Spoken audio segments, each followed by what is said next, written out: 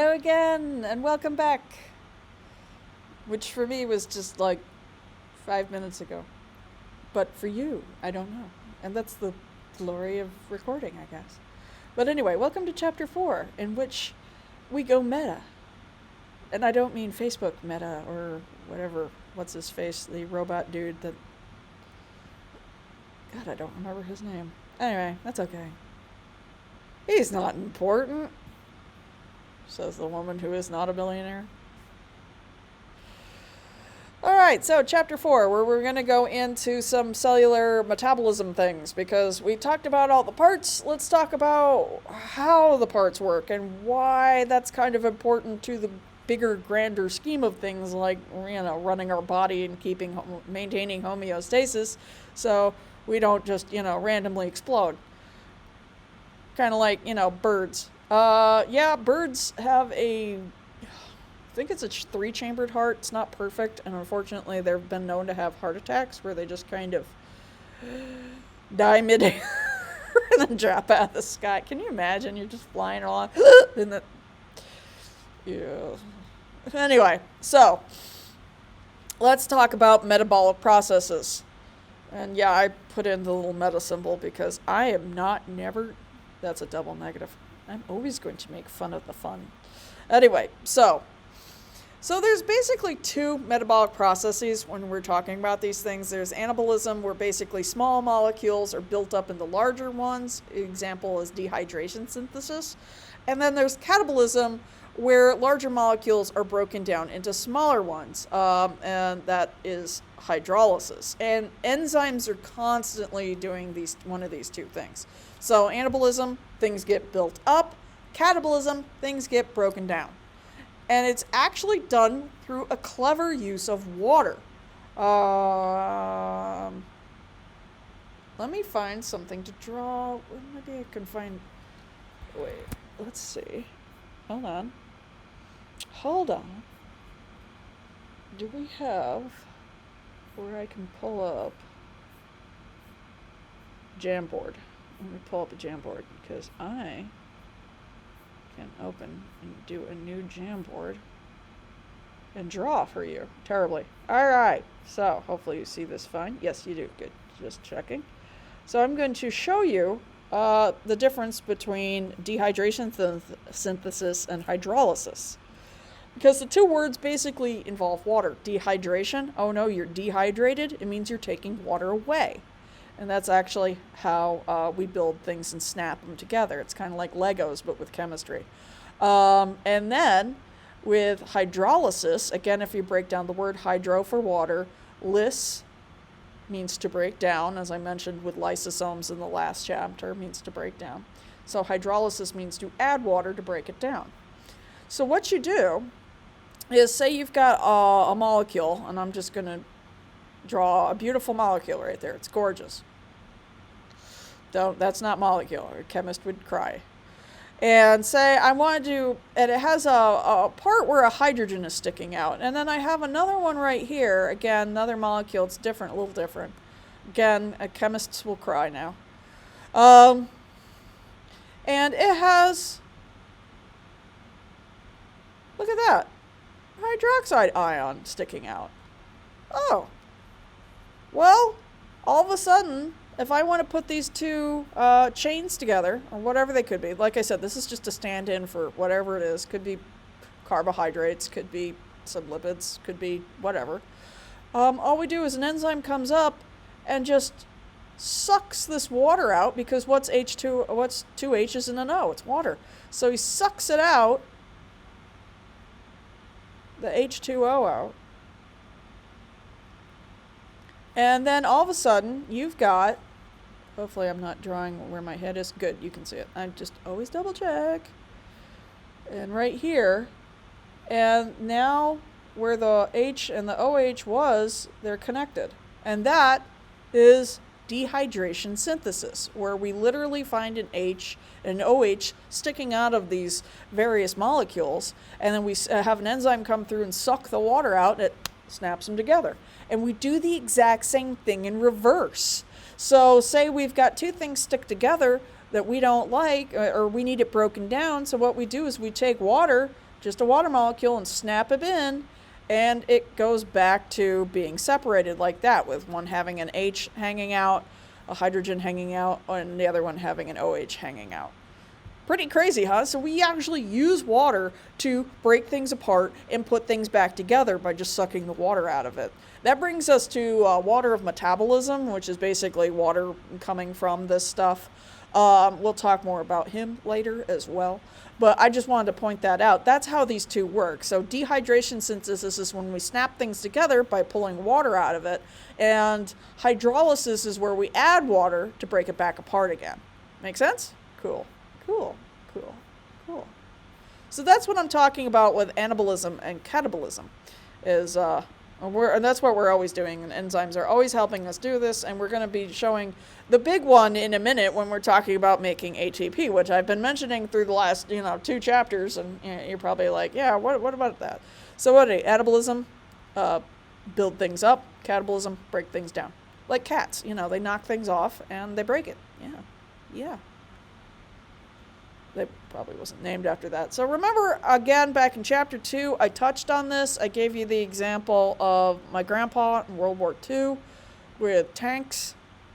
And that enzymes, remember, are a special type of protein that runs the majority of the metabolic processes in your body. And they change the chemical rate of reactions by making it so that the reaction happens quicker by lowering its activation energy. So it does not give energy, it does not make energy, it just makes it so the conditions are just right so it happens way faster. Like I said, I liken it to an electric car starter because, once upon a time, we didn't have electronic car starters where we go in and turn the key and all of a sudden the engine turns over. We used to have to do what we do to push mowers to cars, except with a crank, because trying to get those bigger engines, especially on those big trucks. Could you imagine having to crank like fire truck engines and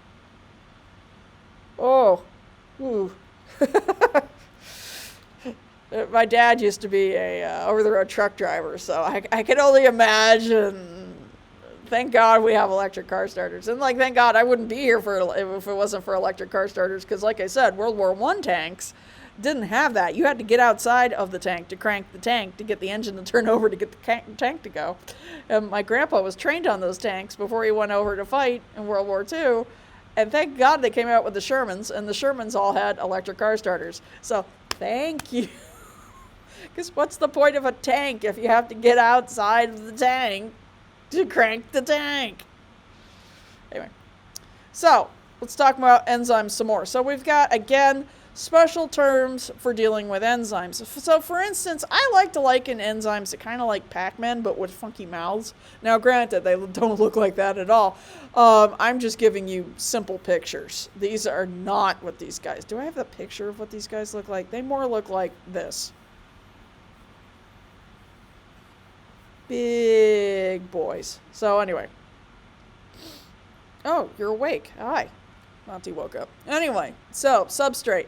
So that's what the enzyme interacts with, okay? So whether it's breaking it down or putting them together, the substrate is basically what the enzyme is built to work with. And usually an enzyme works with either one or two substrates, and that's it. They have one job, as I mentioned back in chapter 2, and that's it. They're really good at it. There's that meme, you had one job.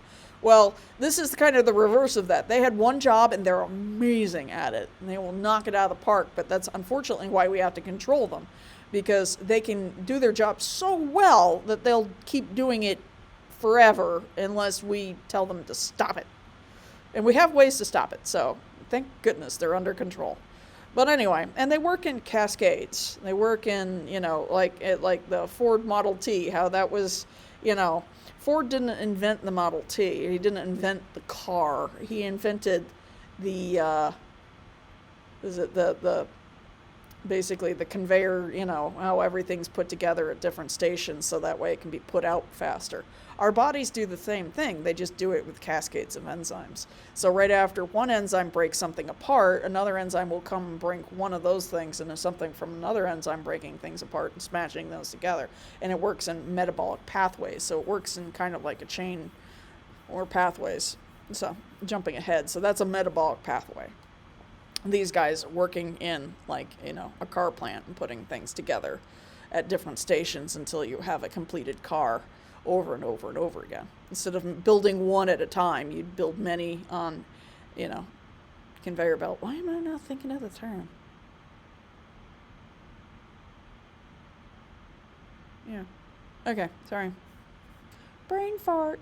All right, so anyway, so active site. The active site is kind of like the mouth of the enzyme. It's basically where the enzyme interacts with the substrate. So this is the active site, not the mouth. Right, Monty? Yeah. He has no idea. So anyway, again, this guy has 2 active sites right here. So they can, interact with more than one substrate, and they can have more than one active site. Now you'll notice when it comes to the substrate and the active site is that they're very much shape sensitive. In other words, this is another way we can control these guys. They're literally built to interact with only certain things. It's kind of like, trying to shove a square peg in a round hole. Yeah, well, the same, it's right here. They have a certain shape to their active site, so they only work with that substrate. Or, again, certain shape to the active site, so they only work with that substrate. So usually enzymes are, they can't just work with anything. They're very, very, very specialized, okay? Extremely specialized, that they usually only work with 1 or 2 substrates. Maybe more, I don't know. There's probably bigger ones that I'm not aware of, but I'm just giving you the simple stuff right now. So, rate-limiting enzymes are enzymes that control or start a metabolic pathway and control the rate. It's kind of like I was just watching a video on, supply and demand. It's like, what happened during COVID when everybody panicked and bought all the toilet paper. That was kind of a rate-limiting toilet paper. We all went, oh, God, no, the toilet paper. And then the people who really needed toilet paper couldn't find toilet paper. Because I'm one of those people that, I buy a huge bulk pack at Costco. And that lasts me and my family, about 6 months. Because, it's like, hey, I got all the toilet paper. And it just so happened that panic about toilet paper happened when I ran out of toilet paper. It was my usual 6-month go stock up at Costco. And everybody was losing their gosh darn minds buying up all the toilet paper. And I'm sitting there going, I actually need it. This is when I run out. Uh-oh. So, yeah. So that's what a rate-limiting enzyme is. It's kind of like when everybody made a run on toilet paper and then there wasn't enough toilet paper to go around because people were stockpiling for the end of days or end of toilet papers. I don't know. Did they not have bidets? I don't have one, so I guess not. Anyway, cofactor. Now, this is usually something, so again, so one enzyme, depending on how much he's putting out, controls the rest of the pathway downstream. Rare things versus, somebody who's putting out a ton of it. So cofactor, another way we can control these guys is through a non-protein that activates enzymes. Usually these guys are vitamins. So it's also known as a coenzyme or a vitamin. This is why we eat our vitamins, folks. We need our vitamins, so I hope you're eating your vitamins. We need vitamins to actually help control and regulate our enzymes, our metabolic pathways. So cofactors and coenzymes are usually vitamins. So this is why, you need to eat your Centrum or whatever you use, if you use any. But honestly, I highly recommend. It usually makes you feel better. Inhibitors, on the other hand, basically is when we want to turn an enzyme off. It's the opposite of a cofactor. Cofactors turn them on. Inhibitors turn enzymes off. And what they usually do is change the shape of the active site or the mouth. So an inhibitor, there's usually a receptor for an inhibitor on the back end or wherever. Actually, not always the back end. It could be the side end. Is there really an end on something that looks like that? Sorry. These questions and more. Anyway, so there's usually an area called an allosteric site. And what happens is if we want to shut down an enzyme from doing its job, we actually start producing the inhibitors, and the inhibitor binds. And when it binds, it changes the shape of the active site, so he can't join with the substrate anymore. So it literally shuts his mouth. So shut up. Hopefully that'll make sense. All right, now, why we literally eat and breathe. So, that is for cellular respiration. Now, we get to talk about, there's actually 5 different types of respiration going on in your body at any given time. And we'll talk about the majority of those when we talk about breathing. Just actual respiration with the respiratory system. However, there's one that basically the reason we have the respiratory system in the first place is to get oxygen. Yes, our friend fire air. And that leads us to the big boy at the end of the thing, and that is making energy. So cellular respiration refers to how cells produce ATP, or adenosine triphosphate, in the mitochondria. So again, as I was mentioning in the last chapter, anytime you see some folded structure, that means we need a lot of surface area to do this. So we're making a lot of whatever it is we happen to be doing, or we have enough surface area to suck things in, like in our intestines. Our small intestine especially is very, very, very, very, very, very, very folded.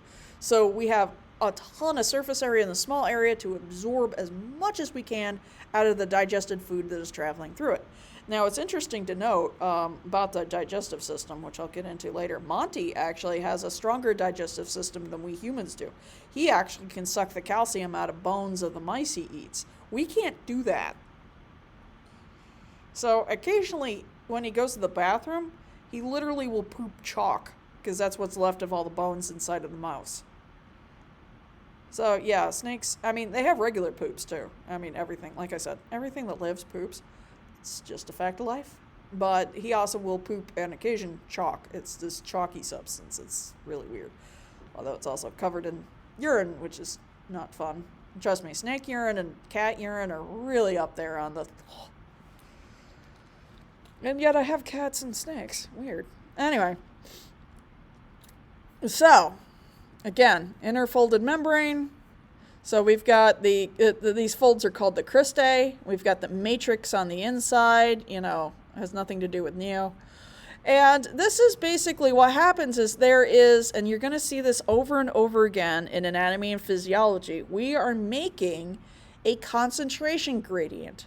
We're making kind of like a dam. What we want to do is we want to make sure that there's ions that are built up on one side and all want to spread out to the other side. So we're using diffusion against itself. We want that concentration gradient because the energy of those ions that are all pumped up on one side that want to get into the inside really want to go, and then we use that energy to turn it into something we want, for instance, the creation of ATP. So you're going to see this again in muscles. You're going to see this again in the nervous system. That we build up an artificial concentration gradient, kind of like how we dam up water, so that way we get the energy of releasing it in controlled bursts to the other side. Like a dam. That's why we have hydroelectric dams. We put all the water on one end, and then we control how the water flows down through turbines to turn it into electricity. We do the same thing in our bodies, in mitochondria and muscles and nervous system. That's how these work. We make a concentration gradient. So we separate and make one side not have enough and the other side have too much, and then we let the ions try to even themselves out, which is what they naturally want to do. And in doing this, we create a source of energy we can turn into, hopefully, a stored version of energy, which is what ATP is. It's a stored version of energy that we can then turn and use really quickly in doing other things. And all over the place in your cell, which is basically, again, creating order out of chaos, so that way you live. Homeostasis.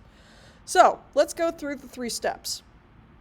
The first one is glycolysis. So this is anaerobic, does not need oxygen. This happens in your cytoplasm. Remember I said the cytoplasm does something kind of cool last chapter? Yeah, well, he's back again. And basically the cytoplasm, again, other than being, providing the cell some structure and a place that everybody would float around in, the cytoplasm also likes to break down complex sugars. So after we eat and we ingest it and, it's being spread through a circulatory system to all the cells, Well, we take things like fructose and whatnot, we've got to break it down into glucose.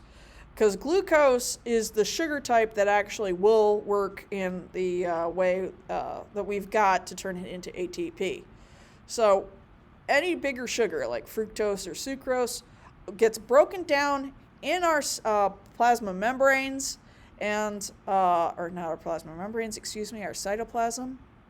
What? Use my brain here. Our cytoplasm.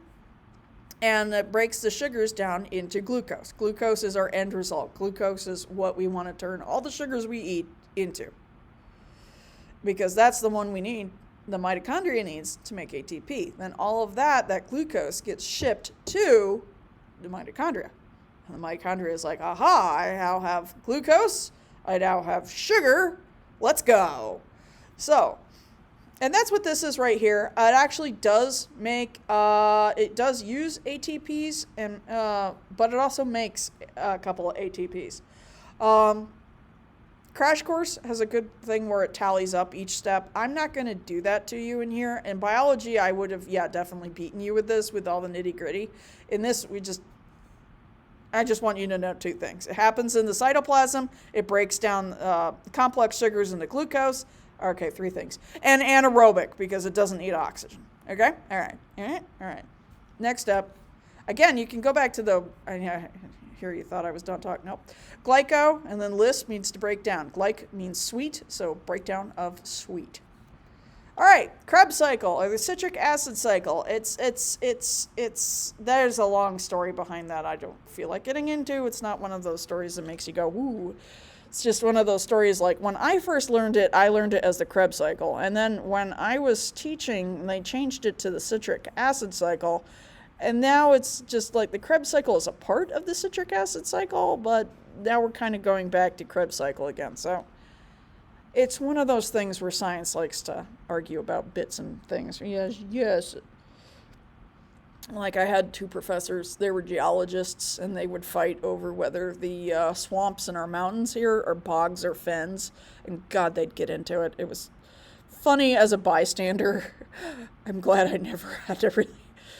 It was just, like I said, very funny standing back watching these two grown men yell at each other over the terminology used for the swamps in our mountains. But hey, that's what they got paid for, I guess. Anyway. So, now what's happening here is basically what we're doing is we're taking the glucose and we're taking the, hold on, sorry, utter brain failure. I'm getting close to lunch, so that's why. Anyway, I want to get this done. No, anyway, so long story short, I'm sure you want to get this done too. So anyway, long story short, basically we're taking the glucose, we're taking the oxygen, we're smashing them together, and we're turning it into basically a cycle that just keeps going and going and going and pumping out ATP. And you're going to see this in a video. Again, you can talk to your blue in the face looking at this, but you really, and like I said, I'm not going to beat you with, and this step does this, and this step does this, because in this class it doesn't serve any purpose. Just know oxygen plus glucose equals ATP and carbon dioxide, and then we have to get rid of the carbon dioxide. So as you can see, carbon dioxide is coming off in several spots right here while we're making it. So we're taking the oxygen, we're taking the carbos, which we've turned into pyruvate, that glucose, and now we're turning it into an ATP pumping machine. This is aerobic. It needs oxygen, and it's making carbon dioxide as a byproduct. So, things to know. It's aerobic. We need oxygen for this step. B, it's taking the glucose and turning it into pyruvate, which again, then we're turning it into ATP. It makes carbon dioxide as a byproduct. Now, to keep this cycle going, we have to reset. Remember when I was talking about the ion concentration, how we're keeping one set of ions on one side of the mitochondria and making that like a dam and only letting some through? Yeah, that's what's keeping this going. So we need to eventually, though, everything's going to equalize out. That would be bad, and then nothing would go, and then this would stop, and we'd stop pumping out ATP. Well, so we've got to reset and shoot the ions back to the other side so we can keep that concentration gradient. It's like then taking the water and pumping it back up to the top of the dam. We don't have to do that because here on Earth we have something called the water cycle that does it for us naturally. But in our bodies, we don't really have that. We don't have a water cycle inside our body, which is probably good. So let's go ahead and take a look at ATP synthase. This guy right here is ATP synthase, and he's a big boy. He's a big boy. I mean, that's a molecule. I mean, that's a huge protein. That's a protein. Is that not insane? And he is located in the membrane of the inner membrane of the mitochondria. So these little dots right here are hydrogen ions, okay? And that's what we use. These hydrogen ions are more concentrated at the top here than they are at the bottom. That's that concentration gradient I was talking about. So like the dam, so all the water's up here and there's not a lot of water down here, and we're only letting it in through one valve. And that valve happens to be ATP synthase. So let's watch it and I'll show you how to do. I also have this on mute because another reason is because the woman's voice, honestly, I think I do have these linked for you as videos to watch, but the woman's voice, watch out. She will put you to sleep in 5 seconds. I don't know if they found an AI or if this was a prior AI, because she is the boring. So anyway, concentration gradients, that's what I was just talking about. We use a ton. So this is a hydrogen ion concentration gradient. Like I said, in the future, you're going to see ones on calcium with the muscles, and you're going to see a sodium ion pump when you would talk about the neurons. So it isn't, we use a lot of different ions for these different things. This just happened, your mitochondria use hydrogen, which is pretty useful. So this is ADP, and this is an inorganic pi. When you slap it together, you have ATP. Now, I want to mention something about ATP, so let me go back there. No, go back, pause, enhance. Anyway, and that is this. He is very unstable. Shoving this third inorganic phosphate on, that's why triphosphate, 1, 2, 3 phosphates, they hate it. They hate it. There's a lot of energy in this bond keeping them together, which is why when we use this guy, we break him, kind of like a glow stick. And then we get ADP, which is more stable. So there's a lot of energy when we shove this guy on. So we're taking all the energy that was in glucose, turning it into pyruvate, and then that pyruvate basically comes in, and we store all that energy by shoving that sucker on. So that way we can transport the energy to where we need it. And when it pops off, sorry, did I scare you, Monty? I'm sorry. When it pops off, it pops a ton of energy out. We can capture that energy and do things with it. So that's basically how ATP works. He's like I said, when he's separated like this, he's very happy. But when we shove him on, he's not too keen on that. And that bond right there gives us a ton of energy when we snap it off. And so that's how he's an energy molecule. This is synthase hanging out. So if we go into the mitochondria, which is very badly GI'd right here, like I said, this one also is a very old video, but still very good. Again, we go into the inner membrane, and you'll find these complexes all over the place. Now, it shows a few. There's like way more. This is just a smattering. So here's 8. We'll talk about these Looney Tunes later in the third step. So again, what's happening? We have way more protein ions. Hydrogen ions up here, low concentration down there. And the only valve, the only gateway to the other side, which these guys desperately want to get to, is going through this guy right here. So notice what happens is a hydrogen ion comes in. Actually, a hydrogen ion gets kicked out there, and it spins. Think of it like, a fair ride where you're waiting to fill up the thing before the ride goes. Yeah, like that. And then it spins it. So again, he comes in, and the force of him coming in spins it, and this guy gets kicked out. And this spin of the top part forces the pi down to make ATP. Is that not insane? So we're using the energy of the concentration gradient to force the extra phosphate onto the tip of the ADP to turn it into ATP. Isn't that just amazing? And this is happening in your body right now. That's the thing that's just like, It's amazing. I don't know. It's just, you may not. It's kind of like me in botany. I'm not, somebody was freaking out and geeking out over something else, and I was just like, okay, so if you're doing that to me, it's completely normal. What do you think, Matthew?